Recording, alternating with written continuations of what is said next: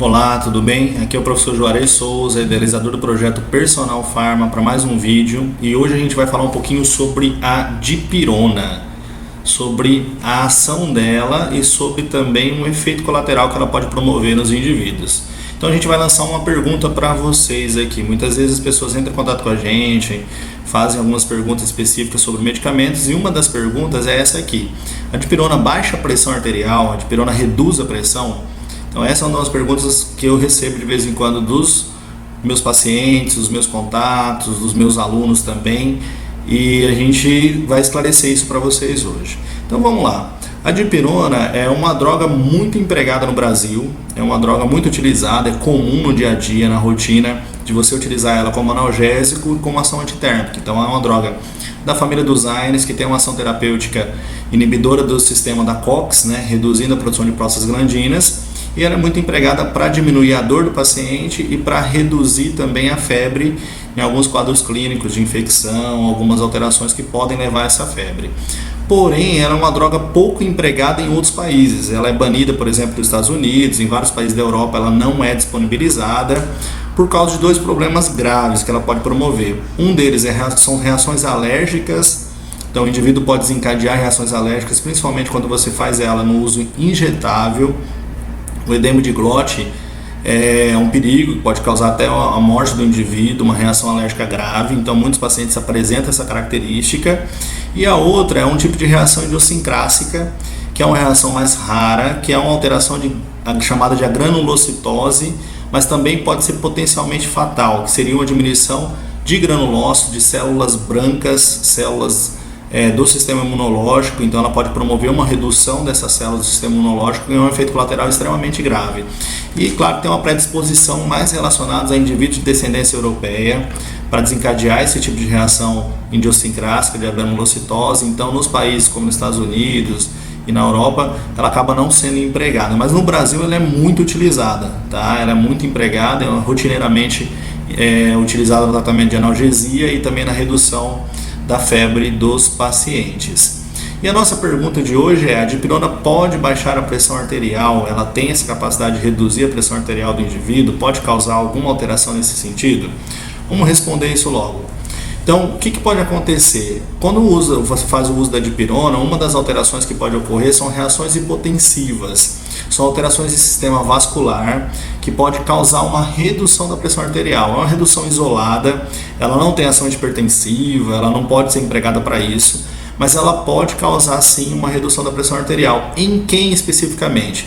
Em pacientes que têm uma predisposição a ser hipotensos, a ter uma redução já da pressão arterial, de ter quadro clínico de hipotensão, e é mais comum relacionado à dose, em doses mais elevadas, e a probabilidade disso acontecer é mais comum também na via injetável. Então é uma reação específica do sistema vascular, ela pode realmente causar uma alteração que leva a uma redução da pressão arterial por vasodilatação do sistema vascular aqui. É uma reação isolada, não tem finalidade nenhuma como antihipertensivo, mas ela pode reduzir a pressão arterial desses indivíduos, com um risco maior em alguns pacientes específicos.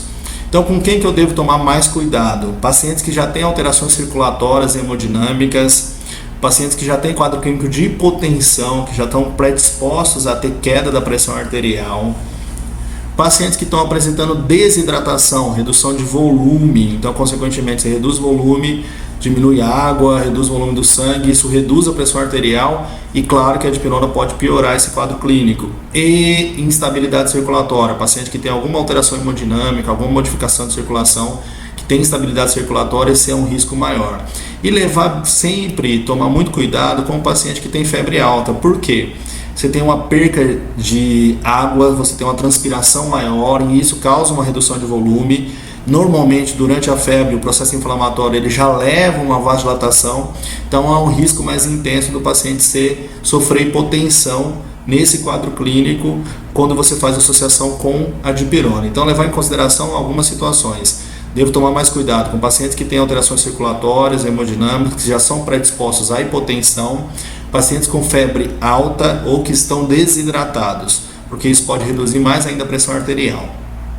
E Qual é o maior risco em relação à dipirona? O maior risco, na verdade, não é nem relacionado a essa redução da pressão arterial. Ela está mais relacionada a reações alérgicas, como eu falei, edema de glote, um quadro clínico de resposta alérgica, reações de granulocitose com a diminuição do número de granulócitos, que são células brancas da corrente sanguínea, células da família dos granulócitos, que são células do sistema imunológico. Então isso pode acontecer e isso pode durar uma semana, por exemplo, depois do uso da medicação, e pode ser potencialmente fatal. E o risco de uma pancitopenia, que seria uma redução global das células do sangue, não só granulócitos, não células brancas só, mas uma redução de hemácias, de plaqueta, de outras células. Quais são os sintomas, se ocorrer ou se tiver essa característica de desenvolver esse processo de granulocitose ou até a pancitopenia, o que o paciente vai apresentar? Febre persistente, pode ter calafrios, pode ter dor de garganta, lesão na boca, mal-estar geral, facilidade de desenvolver o quadro clínico de infecção, sangramento, porque pode haver a redução de plaqueta, e palidez. Então, o risco maior na dipirona não está relacionado só ao processo de redução da pressão arterial, mas principalmente a redução às alterações de reações alérgicas e alterações de granulocitose e até o risco de pancitopenia, que são mais perigosos. Porém, a gente tem outras opções terapêuticas. A dipirona ela tem uma eficácia muito semelhante em analgesia ao ibuprofeno e ao paracetamol, e uma ação terapêutica antitérmica muito parecida com o ibuprofeno. Então, como a gente tem duas drogas, na verdade, com maior segurança e maior eficácia, ou melhor, ela tem uma segurança maior e uma eficácia muito proporcional à dipirona, a gente sempre recomenda como opção terapêutica o uso do paracetamol como função analgésica e antitérmica, e o uso do ibuprofeno, caso seja necessário, na ação analgésica, antitérmica e anti-inflamatória. Então, ao invés de você optar pela dipirona especificamente, pelos efeitos adversos que ela pode promover, a gente pode optar pelo paracetamol numa função analgésica e antitérmica, ou pelo ibuprofeno numa ação analgésica, antitérmica ou até anti-inflamatória. São mais seguros e tem uma eficácia muito proporcional à dipirona. Eu coloquei até uma frasezinha aqui embaixo que diz: tendo igual eficácia e menor segurança em relação aos outros analgésicos, considera-se que não há razão para o emprego da dipirona. Isso aqui está lá dentro do Manual de Uso Racional de Medicamentos do Ministério da Saúde. Então, a recomendação que a gente deixa aqui seria da utilização do paracetamol ou do ibuprofeno para substituir a utilização dela. Se você gostou do vídeo, entre em contato com a gente, deixa o like aí, entra no nosso canal, se inscreva para você ficar sabendo de novos vídeos, novas informações, e acompanhe a gente nas redes sociais. Obrigado, até lá!